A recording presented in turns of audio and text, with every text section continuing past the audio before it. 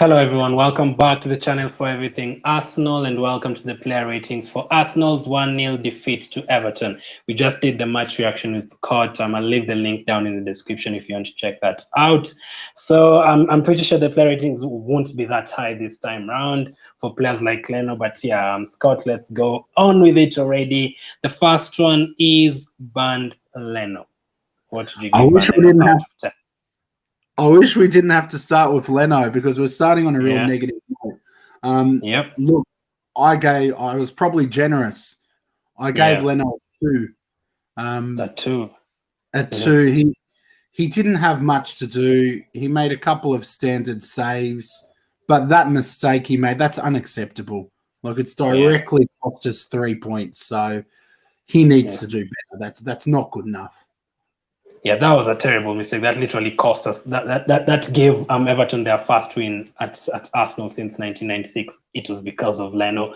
The game was definitely going to end in a 0-0 draw, and then he literally gave the ball away. He literally gave the goal. Like I don't even know. I think that's one of the worst mistakes he's made in an Arsenal chat. Probably the worst. So he made a save in the first half from Richarlison's shot, and I think Yeah. that's the only thing he had to do. So I don't know, man. I have to give him a one because literally the game was lost because of him. Like I remember the Wolves game where him and Luis picked up the red cards. There was a lot of factors in that game why we lost, but today it was literally just him. So I'm going to give him a one for today. Fair call. But Scott give him a two. We go ahead, we go on. Then the next one is Chambers at right back. Look, I actually thought Callum Chambers had a good game. We kept them Yeah. quiet down the right-hand side. Most of the Mm-hmm. threats seemed to come down the left. His crossing in the first half was really accurate. It's a shame we didn't have someone in the box to finish them, but he crossed well. He made his tackles. He tried to get forward. And considering he hasn't had a lot of time this season, I thought he did a really good job. So I gave Callum Chambers a 6. Chambers a 6. I actually would find it hard to disagree with you because I didn't really see him making any mistakes. He had a chance. I think he shot it over the bar. Yeah. Should have done better maybe from I think of Saka's free kick or something.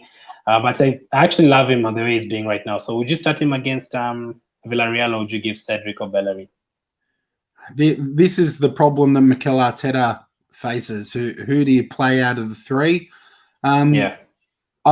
I would probably go with Cedric or Callum Chambers, one of the two. Okay, so for me, I actually stick with Chambers. I think he's done really well. I hope he stays injury free, although I don't want him to still be here next season. But yeah, that's just how it works. So 6 for Chambers, I agree with you. The next one is the left back, our new left back, Granit Xhaka, Scott. I've given him a low rating, but I don't want to go too hard on Xhaka because he's being asked to play in a position that is completely not where he plays. So I've given Xhaka a 4. I thought he made some good tackles early in the game. Yeah. He offered us very little going forward.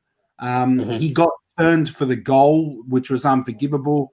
But you know what? He's not a left back, so it would be easy to sit and say 1 or 2 for him. But he's doing the best of the team, playing well out of position. So I can't hammer him any more than a 4.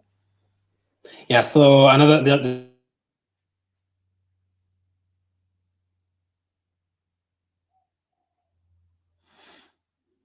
Couple of corners for us that he was way ahead, like forward, playing really well up front. So for that, as you said, doesn't play in his position. Looked pretty solid most of the time. Didn't really get dominated. Maybe that's because he hasn't come up against the likes of Salah and Mahrez on that wing. Maybe that's the reason. But for today, I agree with you. 4, I agree with you on that one as well. So 4 for him. Let's go to the centre backs, another position where we always rotate a lot. Rob Holding.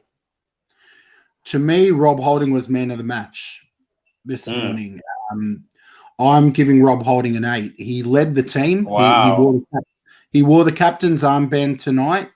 I saw him showing passion. I saw him showing fight.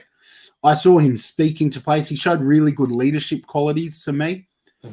He was really physical. And you have to think, though, Glenn, his job tonight was to keep Dominic Calvert-Lewin quiet. Yeah. Do you remember Dominic Calvert-Lewin really threatening the goal? Didn't see much all today. So I would say Rob Holding's done his job pretty well. The block on from Sigurdsson saved a goal. And keeping Calvert-Lewin quiet's not easy. So I thought he was the best on the pitch for me tonight. So I gave him an 8. Maybe a bit generous, but I thought he did well. I know defensively did very well. I'll have to rewatch his passing accuracy, whatever he tried, clearances and all that. But all the headers, I felt like they did okay. I think Calvert-Lewin won one head in the first half that just went just off target. So I think 8 is generous because he ended up losing the game. Not his fault, obviously. Maybe somewhere between 6 or 7. But since you gave him an 8, he must really have impressed you, and he kept Calvert-Lewin quiet, as you said. So maybe probably our best player, so 7. I'd probably agree with the 7 somewhere there. So yeah, Holding probably gets the highest rating, but we'll see going forward. The next one is Pablo Mari. We always have that debate of Pablo Mari or Gabriel. Who do you prefer yourself? Look, I think they're both very similar. I don't mind either way. I do think Pablo Mari seems a little bit more calm than Gabriel. Yeah. Before his injury at the start of the season, I would say Gabriel every day. But since he's come back from the injury, he just hasn't looked as sharp or calm. But I'm happy to see either of those two start for the rest of this season. So, both good. But for Pablo Mari this game, I gave him a 6. Similar with Rob Holding, I thought he did his bit, keeping Calvert-Lewin quiet. He could have done better on the goal, though. I mean, Xhaka got turned. It was poor keeping by Leno, but Pablo Mari was the next closest defender. Maybe he could have stepped forward and blocked the shot. So, a 5 or a 6 for me. Yeah, I think 5, 6 around there is pretty accurate. Maybe a 6 because, again, I don't know. I think he's the one who's supposed to stay with Richarlison. I did see Richarlison today, believe me. He was all over the place. So, I don't know. Maybe 6. Let's give him a 6 because, let's be honest, it wasn't any of their mistakes. They did their job well. I thought they defended well. They didn't create a lot of chances at all, Everton. Like, I remember, like, early in the season, man, remember that tough period between November and December? We were giving away so many opportunities, giving away so many poor goals. Everyone was getting blamed, Gabriel, Cedric. So for today, I didn't really think it was any of their mistakes. So I agree with you, around 6. And then let's go into the midfielders. Thomas Partey. Now, I'll start with him. I mean, the shooting was terrible yet again. He needs to stop shooting.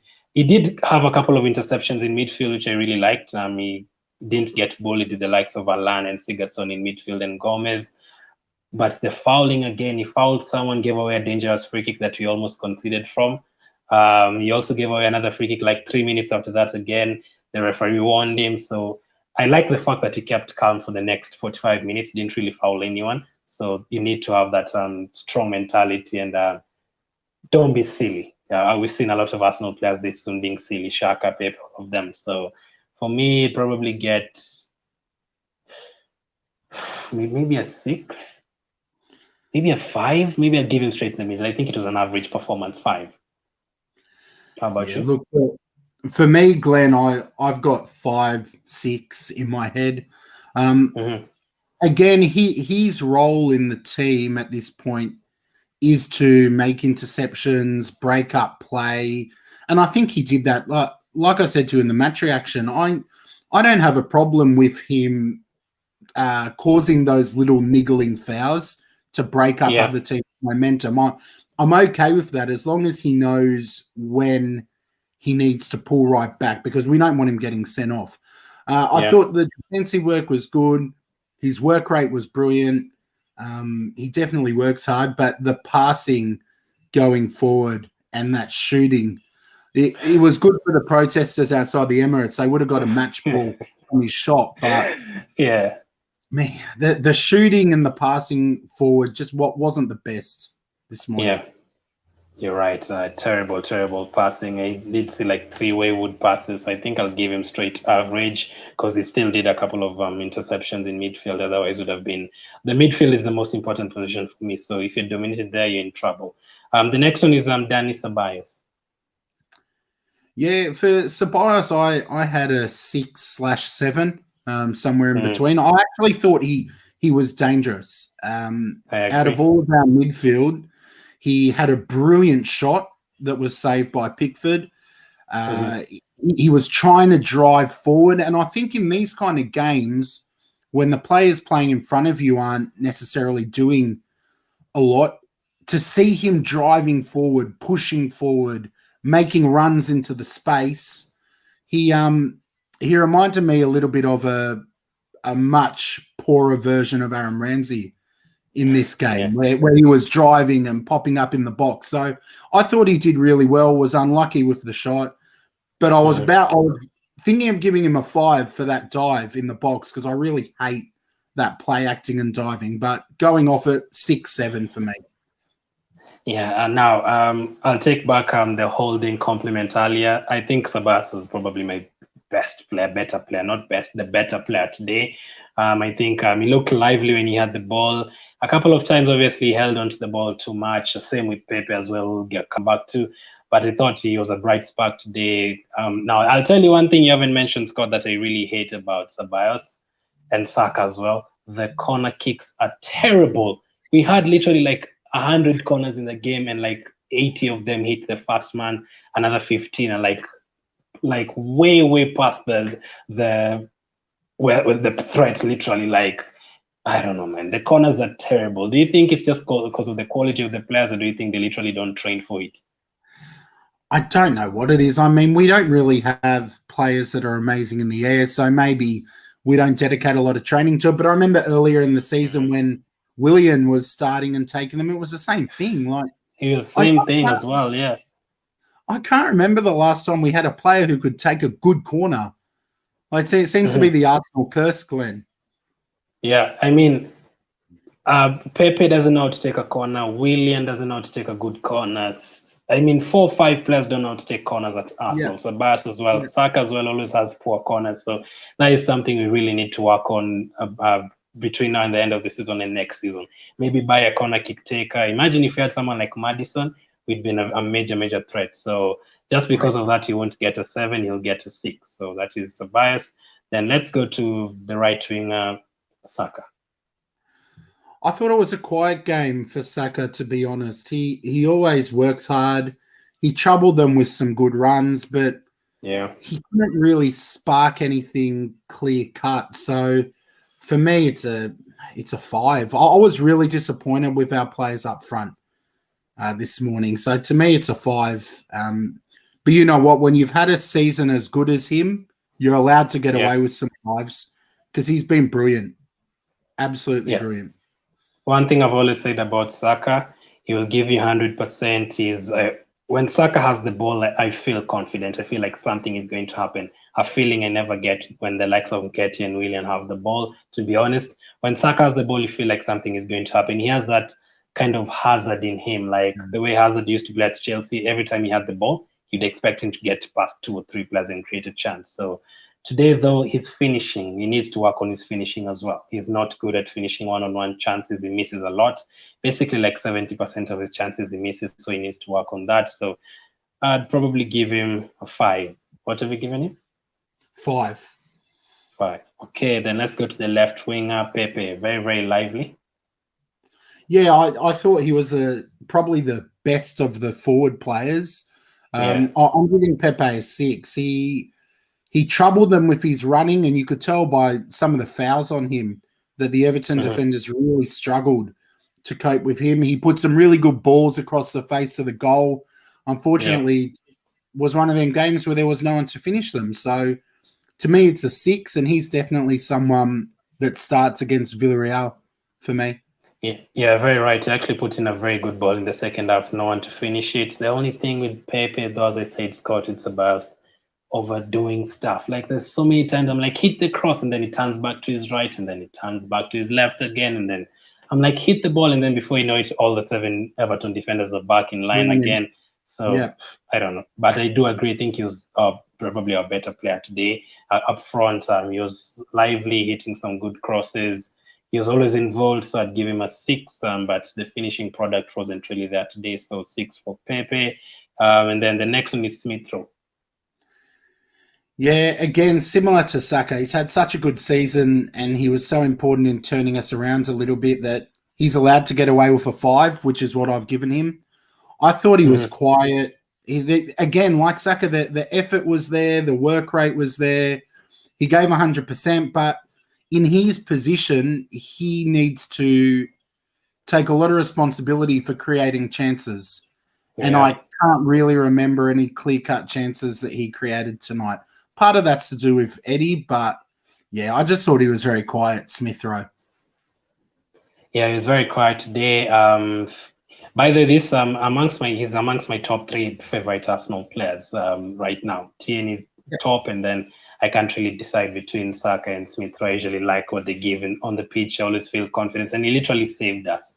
The run during November and December, we were on a free fall. We were almost getting relegated, and then literally saved us in so many games.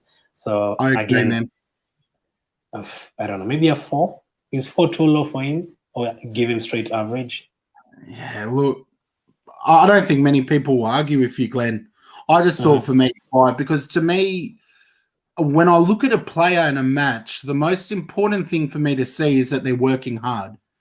Yeah. Yes. I didn't look at Emile Smith-Rowe this morning and think he's not trying or he's not putting in the effort.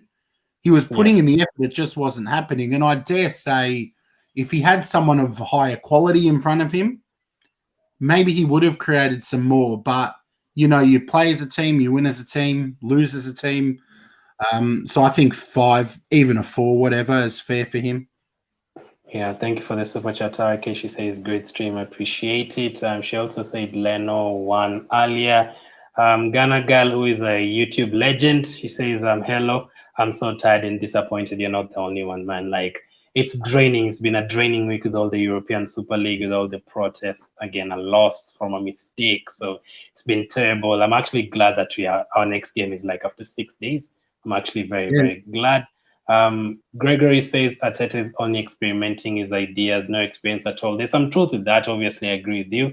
We'll come back to Arteta, but like today, literally, it was a mistake. But I do agree some subs come very late and stuff like that.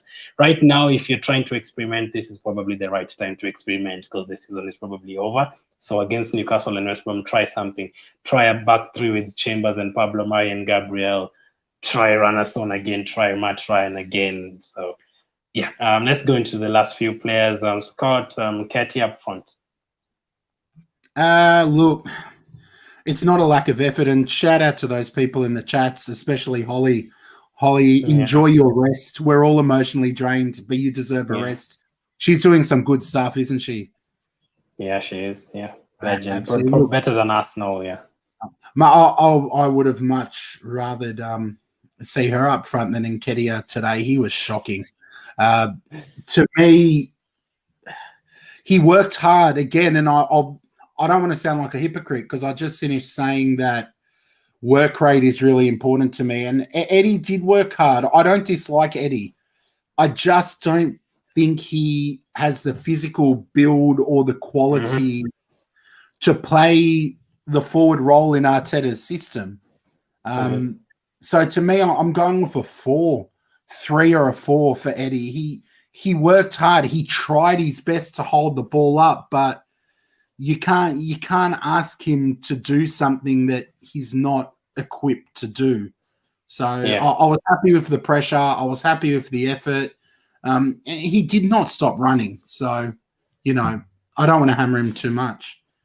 Yeah, absolutely agree with what you said in the match reaction, the previous video about Nketiah needing someone alongside him. I don't think we've ever tried that, but I actually do think he needs someone like a Lacazette next to him, someone who's stronger, or a Giroud, someone who has who can knock the ball down for him, for example, like a Peter Crouch used to do back for in the day for Liverpool and stuff. He needs someone like that because literally if you give him a one-on-one chance, I'm not sure he can finish. The pacing behind, does he provide that? I'm not sure. Aerial threat, I'm not sure. Does he hold up the play? I'm not sure.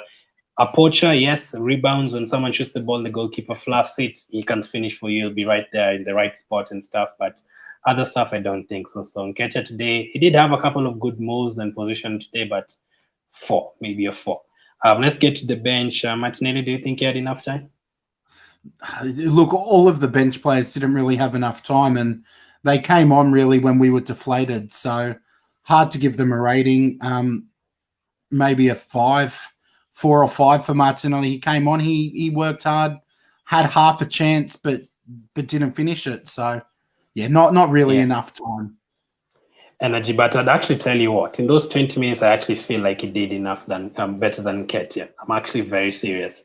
Like even the pressuring of defenders, like if it was Nketiah, maybe you'd have left the defender, you'd have left the defender to go or something. But today, Martinelli, in those 20 minutes, you felt like he could do something. But yeah, too little, too late probably. So give him a standard 5. Willian as well wasn't on for enough.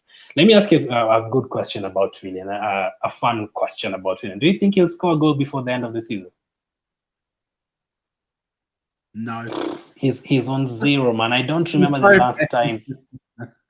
I don't remember the last time we signed a player and then they had 0 goals by the end of the season. 0. Like all competitions, no goal in the Carabao Cup, no goal in the league. And at the start of the season, you're starting games. It's not like he's not had enough time.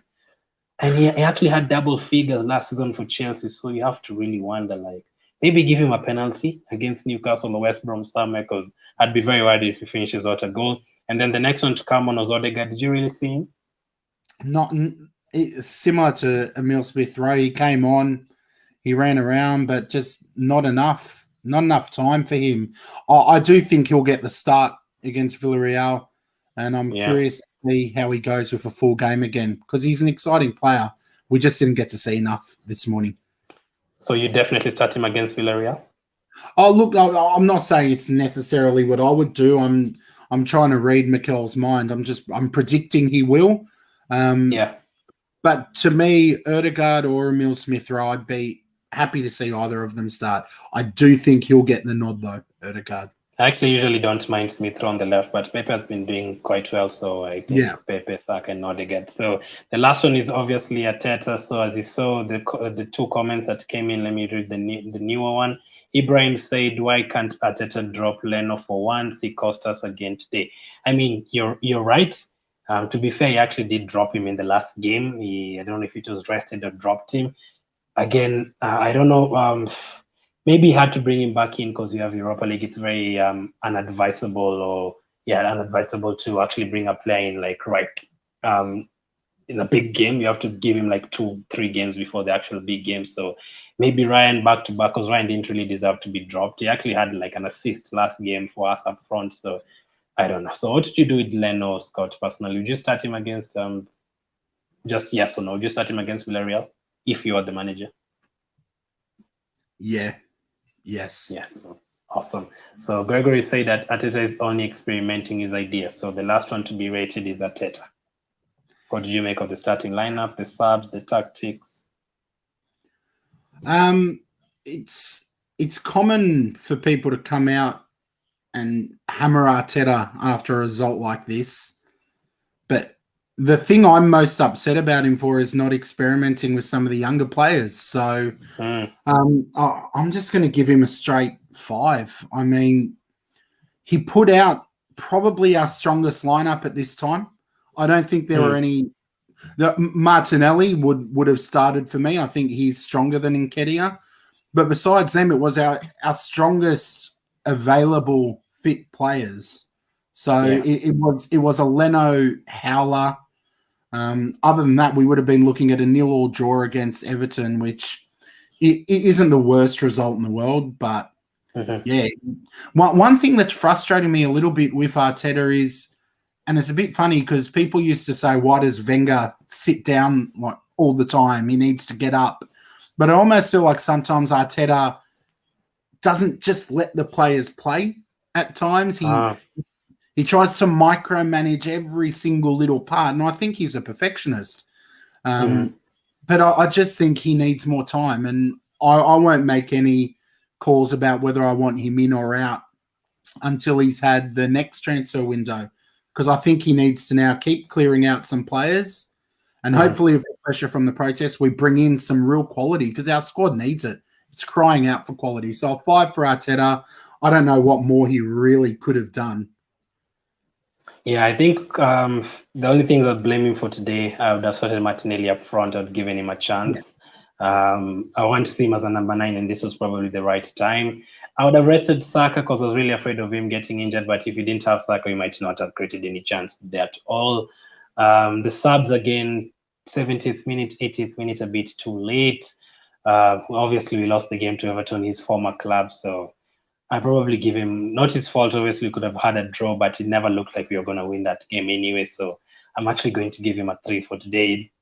Scott, I'm the biggest Arteta fan. You can ask everyone. I'm the biggest, not fan, supporter.